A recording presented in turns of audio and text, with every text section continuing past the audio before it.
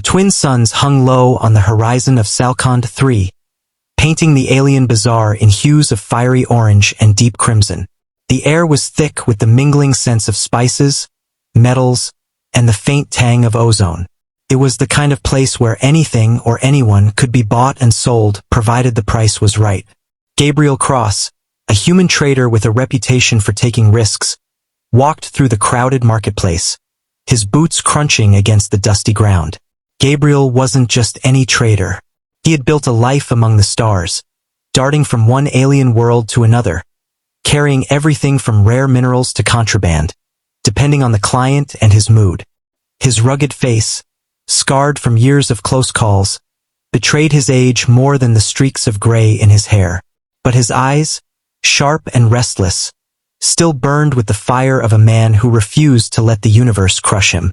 He had come to Salcond 3 for a deal, something that promised to pay off his debts and keep his ship flying for a while longer. But as he wove his way through the throngs of alien species, some towering and spindly, others squat and armored, his attention was drawn to a commotion near the center of the market. There, standing on a raised platform, was an alien dealer conducting a slave auction. Gabriel hated slavery. It wasn't just a matter of principle. He had seen too many lives destroyed by chains, literal or metaphorical. Yet, like everyone else in this corner of the galaxy, he knew better than to meddle. Intervening in such matters could get you killed or worse, enslaved yourself. Still, he couldn't help but glance at the unfortunate beings displayed for sale, their shackles glinting in the fading sunlight. And that's when he saw her. She was unlike anyone Gabriel had ever encountered. Her skin shimmered with an iridescent sheen, as if it had been kissed by starlight. Her hair, a cascade of silver blue, framed a face that was both otherworldly and heartbreakingly beautiful. Her eyes, large and luminous, seemed to pierce through the crowd, filled with a mixture of defiance and despair. She wore a simple garment of pale fabric, and though her wrists were bound with glowing restraints, her posture was regal, almost defiant. The dealer, a hulking creature with mottled gray skin and a series of ridges running down its back, bellowed out bids in a guttural language. Gabriel's translator implant caught the gist of it. This one's a rare find, a perfect specimen of the Kylithan race. Strong, intelligent, and delightful to the eyes. Opening bid, 50,000 credits. Gabriel felt his heart twist. The Kylithans were a peaceful people, known for their advanced technology and harmonious ways. Their planet had been ravaged in a war decades ago, and survivors were often hunted down and sold into servitude. Seeing one here, reduced to property, filled him with a righteous anger he hadn't felt in years. The bidding began, and Gabriel knew he should walk away. This wasn't his fight. But as he watched the alien woman, her gaze met his, and in that moment, something passed between them. A silent plea, perhaps, or an unspoken connection. Gabriel wasn't sure what it was, but it struck him deeply. Before he knew what he was doing, he raised his hand. 60,000 credits, he said, his voice cutting through the din. The crowd turned to look at him, surprised that a human would dare to participate in such an auction.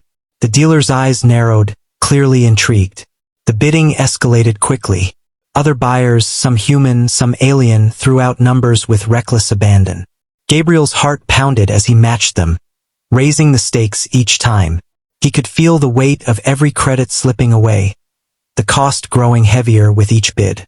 90,000, he shouted, his voice hoarse. The crowd fell silent. The other bidders hesitated, their interest waning. 90,000 credits was a fortune, enough to buy a small starship or a comfortable life on a mid-tier colony world. The dealer smirked, clearly delighted by the unexpected windfall. Sold, the dealer roared, slamming a heavy hand on the platform.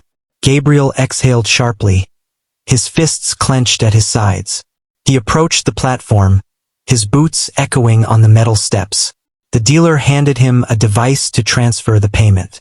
Gabriel hesitated for a moment, knowing what this meant. 90,000 credits would wipe out nearly all his savings, leaving him with little more than his ship and the clothes on his back. He pressed his thumb to the device, and the transaction was complete. The dealer grinned, motioning to one of his guards to release the woman. The glowing restraints around her wrists deactivated, and she stepped down from the platform, her movements graceful despite the ordeal. "You've made an interesting purchase, human," the dealer said, his tone mocking. "Good luck with her. She's spirited, that one." Gabriel ignored him and turned to the woman.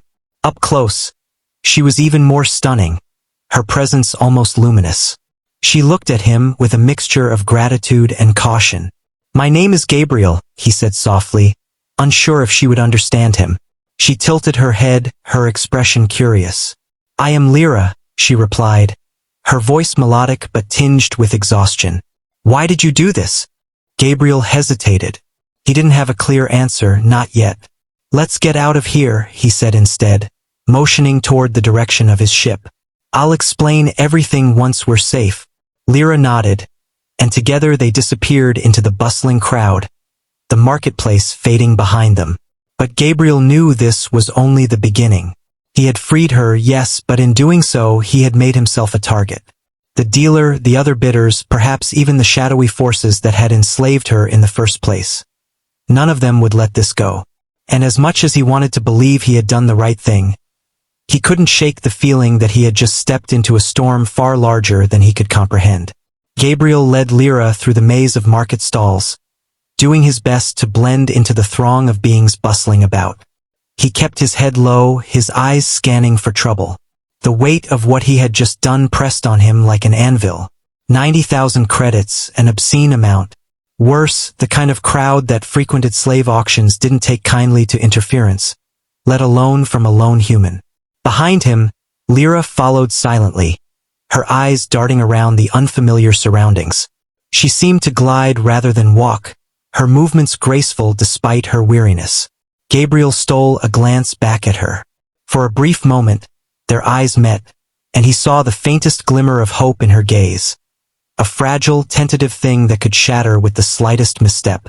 His ship, the Erebus, was docked at the far end of the sprawling spaceport. It was an older vessel, battered but reliable, a reflection of its owner. As they approached, Gabriel pulled out a small device and tapped a sequence into its screen. The ship's ramp descended with a hiss, revealing the dimly lit interior. "Come on," he said, motioning for Lira to follow. Once inside, the ramp sealed shut, and Gabriel let out a breath he didn't realize he'd been holding. The ship's air system hummed to life, filtering out the scents of the bazaar and replacing them with a cleaner, metallic tang. Gabriel turned to Lira, who stood near the entrance, her posture tense. "You're safe now," he said, his voice steady. "No one's going to hurt you here." Lira studied him for a moment, her expression unreadable. Then she spoke, her voice soft but resolute. "Safe is relative. You risked much for a stranger." "Why?" Gabriel ran a hand through his hair, leaning against the bulkhead. It was a fair question, one he had been asking himself ever since he raised his hand at the auction. "I don't know," he admitted. "Maybe I just couldn't stand the thought of someone like you being treated like that."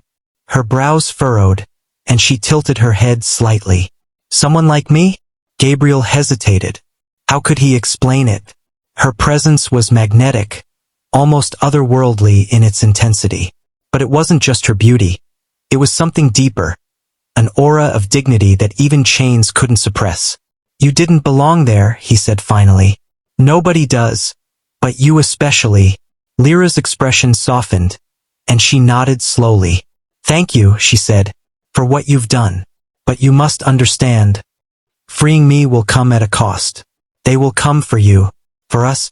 "I figured as much," Gabriel said with a grim smile. "But I've dealt with worse." Lira's lips parted as if to argue, but she stopped herself. Instead, she stepped further into the ship, her fingers brushing lightly against the walls as she took in her surroundings. "This is your vessel?" "Yeah," Gabriel said, following her gaze. "She's not much to look at, but she gets the job done. It is functional," Lira said diplomatically, though Gabriel could tell she was holding back a more honest assessment. He chuckled, appreciating her tact. "Come on," he said, leading her toward the crew quarters. "You need rest. We'll figure out our next move in the morning." Lira hesitated but then followed him down the narrow corridor. Gabriel gestured to a small room on the left, its bed neatly made, though the space was otherwise Spartan. "You can stay here," he said. "It's not luxury, but—" "It's perfect," Lira said, cutting him off. She stepped inside and ran her fingers over the edges of the bed. For a moment, Gabriel saw her shoulders relax, the tension that had gripped her since the auction beginning to ebb away. "I'll be in the cockpit," he said. "If you need anything, just holler." Lira nodded, and Gabriel left her to settle in. He made his way to the cockpit, collapsing into the pilot's chair with a weary sigh. His mind churned with questions. Who was Lira, really? What had she been through? And what would it take to keep her safe? He didn't have answers yet, but he knew one thing for certain. He wasn't going to let anyone take her back. As he stared out at the stars, the comm panel crackled to life. Gabriel stiffened, his hand hovering over the controls. Incoming transmission. The screen flickered, displaying an unfamiliar frequency. He hesitated, then pressed a button to accept the call. A grainy image appeared on the screen, a reptilian face with piercing yellow eyes. The voice that followed was low and menacing. "You made a mistake, human." Gabriel's jaw tightened. "Who is this?" "You don't need to know my name," the alien hissed. "But you've taken something that doesn't belong to you. Return the Kylithan, and we might let you live." Gabriel's heart pounded, but he kept his voice steady. "She's not a thing, and she's free now." The alien let out a guttural laugh. "Free? You think you can defy us so easily? You have no idea who you're dealing with." The transmission cut off abruptly, leaving Gabriel staring at the empty screen. He cursed under his breath, his hands clenching into fists. It was clear now this wasn't just about a simple auction. Lira's captors were organized, powerful, and relentless, and they wouldn't stop until they got what they wanted. Gabriel leaned back in his chair, his mind racing. He needed a plan, but first he needed answers. The ship felt eerily quiet as Gabriel sat in the cockpit, replaying the alien's words in his mind. "You have no idea who you're dealing with." He had heard threats like that before, but this one felt different. Whoever was behind this had resources, and they clearly weren't afraid to use them. He rubbed his temples, forcing himself to focus. First things first, he needed to talk to Lira. If she had any idea who these people were or why they wanted her so badly, it could help him figure out what they were up against. Gabriel made his way down the dimly lit corridor to the crew quarters. He hesitated at the door to Lira's room, unsure whether to knock or just walk in.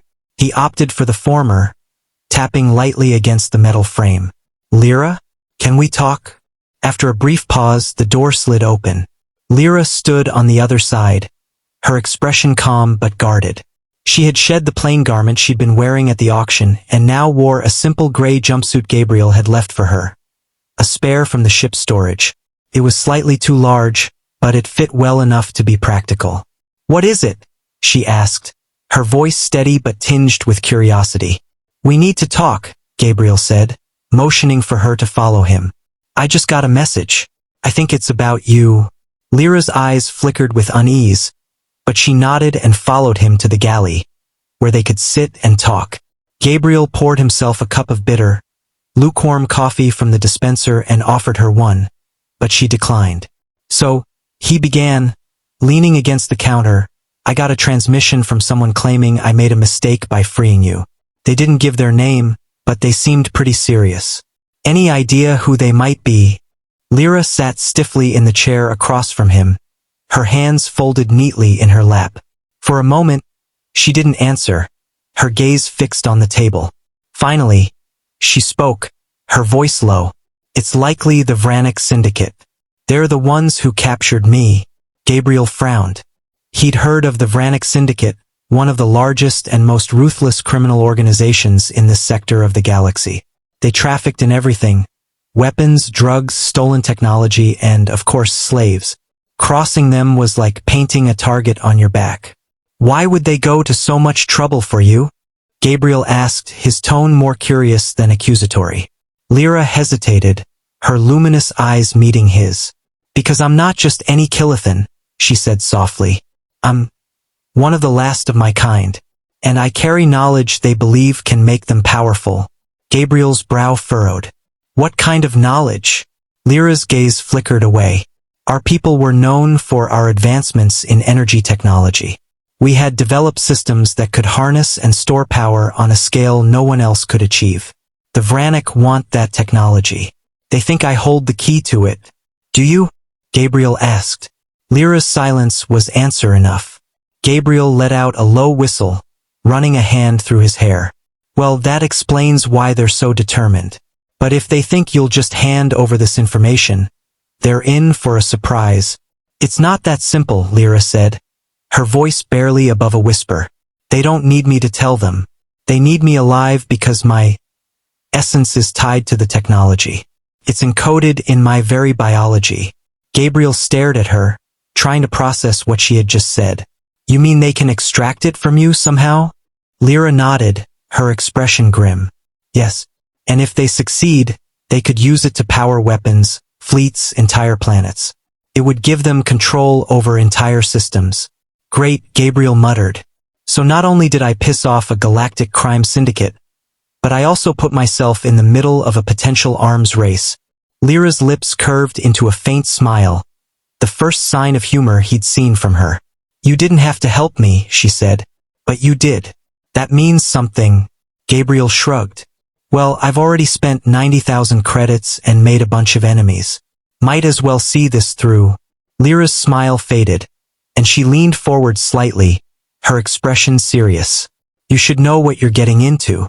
The Vranak will stop at nothing to find me. They'll hunt us. And anyone who stands in their way will suffer. Let them come, Gabriel said, his voice hardening. I've dealt with worse.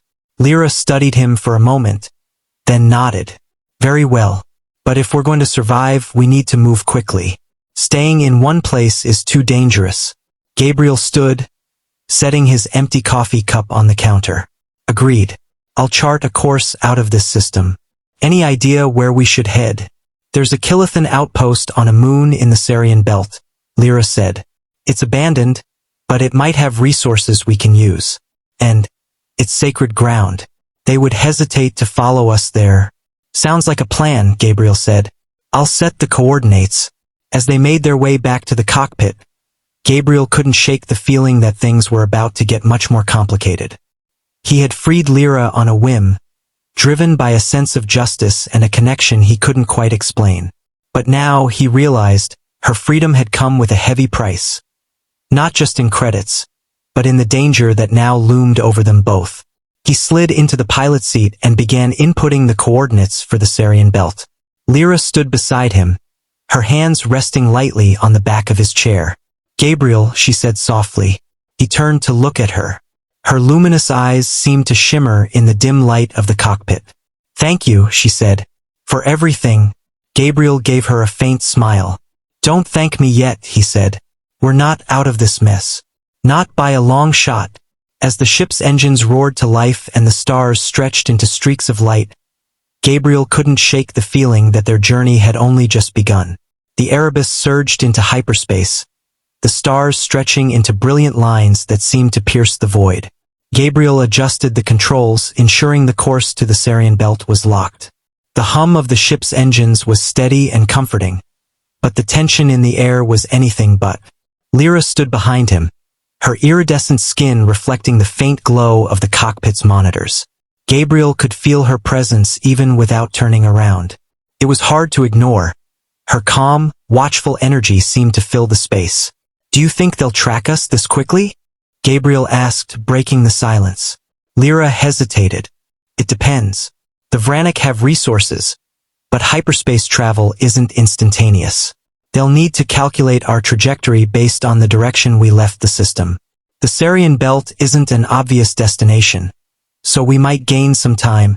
Gabriel nodded, his fingers drumming lightly against the console. Good. We'll need it. For a few moments, neither of them spoke. The cockpit lights flickered softly, the only sound the gentle hum of the ship's systems. Gabriel finally turned to face Lira. She was staring out the viewport, her expression distant. You okay? He asked. Lira blinked, as if pulled from a deep thought. I'm fine, she said, though her tone suggested otherwise. Gabriel leaned back in his chair, crossing his arms. You don't sound fine. What's on your mind? She sighed, her shoulders slumping slightly. All of this. I've spent so long trying to survive, trying to stay hidden. And now everything feels uncertain again. I don't even know if we'll make it to the Sarian belt. We'll make it, Gabriel said firmly. I've been in tight spots before, and I always find a way out. Lira gave him a faint smile. You're confident. I have to be, he said with a shrug. Out here, confidence is half the battle. Lira turned to face him fully, her luminous eyes studying him intently. Why did you choose this life? Traveling alone, taking risks? It doesn't seem like an easy path. Gabriel chuckled. Easy? No, definitely not. But I've never been one for easy. I guess I just like the freedom. No ties. No one telling me what to do. And yet, you tied yourself to me, Lira pointed out.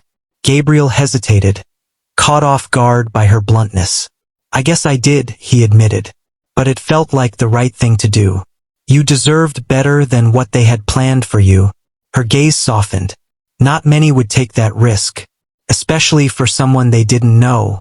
Maybe I'm just not like most people, Gabriel said with a grin.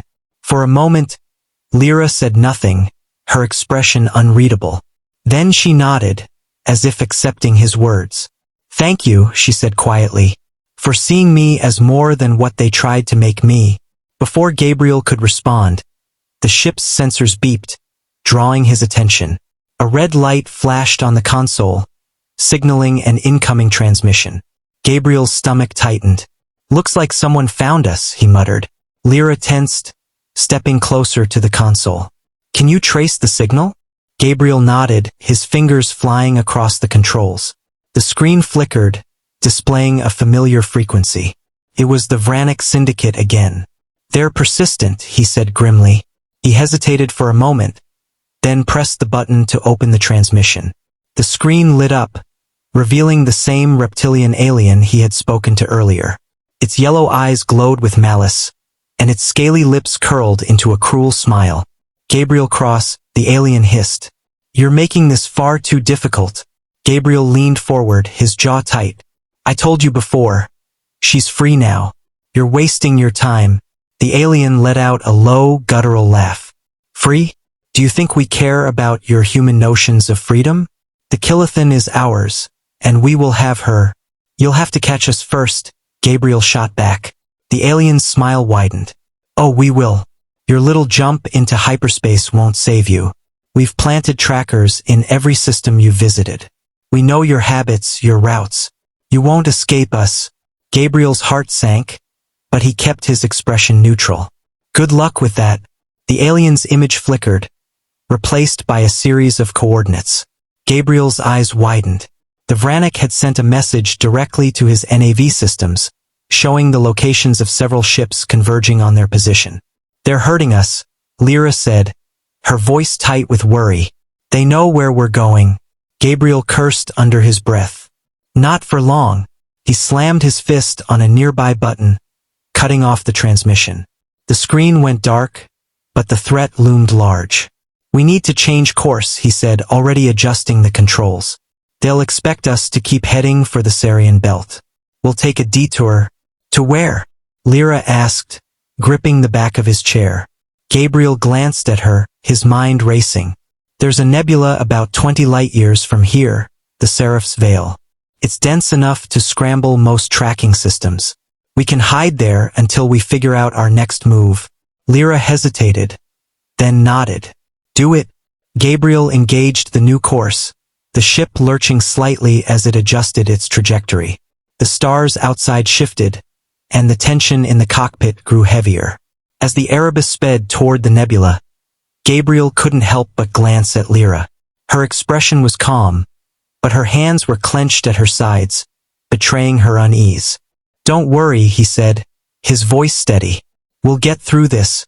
She looked at him, her luminous eyes filled with a mix of hope and doubt. I want to believe you. Gabriel gave her a faint smile. You'll see. I've got a knack for pulling off the impossible. But even as he spoke, a gnawing doubt crept into his mind. The Vranak Syndicate was relentless, and their resources far outstripped his own. For the first time in years, Gabriel felt the weight of fear pressing down on him. Still, he pushed it aside. There was no room for fear, not now. He had made his choice, and he was determined to see it through, no matter what it cost. The Erebus raced through hyperspace, its engines humming steadily as Gabriel kept a close eye on the navigation console. The Seraph's veil loomed ahead, a vast, swirling nebula of blue and violet gases, dense enough to confuse even the most sophisticated tracking systems. It wasn't a perfect plan, but it was their best chance to shake the Vranak ships. Lira sat silently in the co-pilot's chair, her hands folded neatly in her lap. Despite her calm exterior, Gabriel could sense the tension radiating off her. She wasn't used to this, being hunted, running for her life. Gabriel had seen it before. People who'd spent their lives on the fringes of conflict suddenly thrust into its heart. It wore on them quickly, breaking even the strongest spirits. Once we're inside the veil, it'll buy us some time, Gabriel said, breaking the silence. They won't be able to pinpoint us, and their ships won't risk flying blind in there. Lira nodded, her luminous eyes fixed on the viewport. It's a temporary reprieve. Nothing more. That's all we need right now, Gabriel replied. A little time to think, regroup, and figure out our next move. Lira turned to him, her gaze piercing. And what will that move be? Hiding forever isn't an option. They won't stop until they have me. Gabriel hesitated. She was right. The Vranak weren't the kind of enemies you could simply evade indefinitely. Sooner or later, they would have to confront the problem head-on. But how? The Syndicate had resources far beyond anything Gabriel could muster. We'll figure it out, he said finally, though the words felt hollow even as he spoke them. One step at a time. Lira didn't respond, but her expression told him she wasn't entirely convinced. Gabriel couldn't blame her. He wasn't convinced either. As they approached the edge of the nebula, the ship's sensors began to glitch, the display screens flickering with static. The swirling gases of the veil were already interfering with their systems, just as Gabriel had hoped. He eased back on the throttle, slowing the Erebus as it entered the dense cloud. The view outside shifted dramatically. The stars disappeared, replaced by an endless expanse of vibrant, shifting colors. Electric blues and deep purple swirled together like an otherworldly ocean, the light reflecting off the ship's hull in shimmering patterns. It's beautiful, Lira said softly, her voice filled with wonder. Gabriel glanced at her, a small smile tugging at the corner of his mouth. Yeah, it is. Dangerous, too. We'll need to be careful in here. He switched the ship to manual controls, guiding it carefully through the dense gases. The nebula's currents were unpredictable, and even the smallest miscalculation could send them hurtling into a vortex of plasma. As he concentrated on piloting, a thought occurred to him. Lira, he said, keeping his eyes on the viewport, you mentioned earlier that your people had advanced energy technology. Do you think any of it could help us now? Lira considered his question for a moment. Perhaps. If we had the right equipment, I could try to create a shield or a decoy, something to throw them off our trail. But the technology one need isn't exactly standard. Most of it was unique to my people. Gabriel frowned. What about the outpost you mentioned in the Sarian belt? Would they have what you need? Possibly, Lira said. But it's been abandoned for decades. There's no guarantee the equipment is still functional, or even there. It's still worth checking out, Gabriel said. Once we're clear of the veil, we'll head there. Lira nodded, though her expression remained wary. If we make it that far. Gabriel was about to respond when the ship's proximity alarm blared, jolting them both. He cursed, his hands flying over the controls as he scanned the malfunctioning sensors. Through the static, a faint blip appeared on the display. A ship, closing in fast. They found us, Lira said, her voice tight with alarm. Gabriel gritted his teeth. Damn it. They must have sent scout ships ahead. Betting we try to hide in here. The blip grew larger, resolving into a sleek, angular vessel painted in the Syndicate signature black and red. Its weapon systems flared to life, bright streaks of plasma cutting through the nebula's haze. Gabriel threw the Erebus into an evasive roll, narrowly dodging the incoming fire. The ship groaned under the strain, the turbulence of the nebula compounding the difficulty of the maneuver. "Hang on!" Gabriel shouted, gripping the controls tightly. He banked hard to the left, weaving through the swirling gases in a desperate attempt to lose the pursuer. Lira clung to her seat, her knuckles white. "You can't outfly them in here. The currents are too unpredictable." "I don't need to outfly them," Gabriel said through gritted teeth. "I just need to outthink them." He glanced at the nebula's readouts, searching for anything he could use. A plasma storm, a gravitational eddy, anything that could give him an edge. Then he saw it.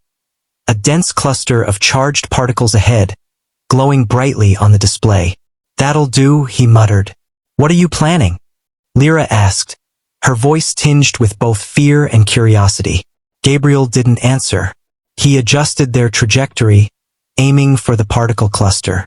The Syndicate ship followed closely, its weapons firing relentlessly. Gabriel twisted and turned, dodging as best he could, but the Erebus wasn't built for combat.